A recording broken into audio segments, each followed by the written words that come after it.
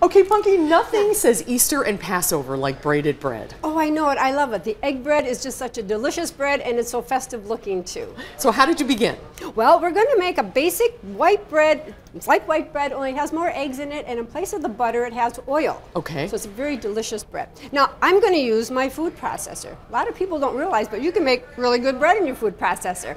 So it comes with 2 attachments, and you have to know your processor and read the directions. But a small batch for mine always tells me to use my blade, and if I'm making a larger batch, I use my little dough hook that comes with it here. So use your directions. It only takes on mine 45 seconds to mix that dough up. Okay. So it's really fast. Now this is a sweet bread, right? This is a very sweet bread. It makes delicious French toast or just eaten by itself.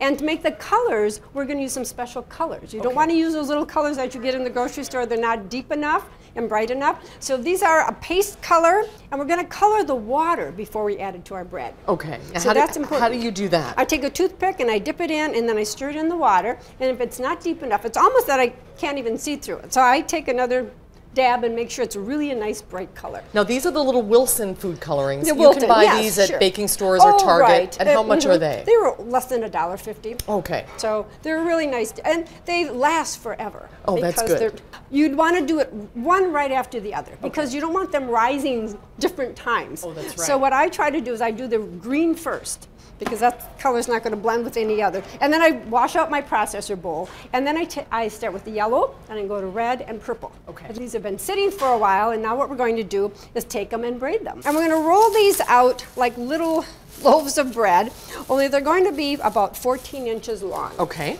So you notice if you turn it upside down, it's not that nice looking on that side. So what we're going to do, that's going to be our bottom. So we're going to just flip it over for right now and then press it down.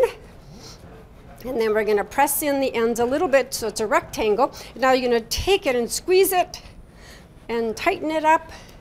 And then we use you want to always come toward yourself. Okay. Yep. And then you press it in. And now what we're going to do is now we're just going to roll it. We want to get to about, again, 14 inches. You can get a ruler out.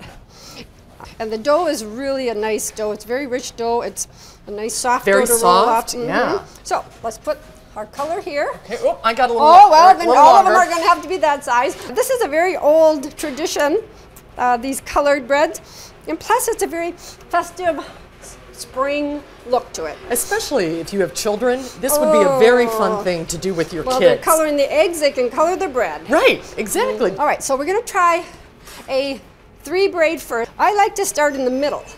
And I'm right-handed, so I start with my right, and I put right over the middle. Now, you see your seams that you have here? You want to turn those. Okay. So the seams are all on down. the bottom. Okay. Right. Okay. Seams down. Seams down. All right, now you take your left one and put that over just the middle. Oh, just the middle? Okay. Now, right to the middle. Oops, right. The other right. I have a boy. I don't know how to braid. Left to the middle, right to the middle.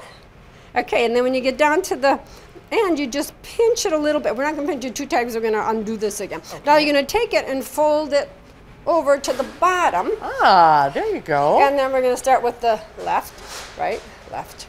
Okay. Look at that. And we turn it back up to where it is. Okay.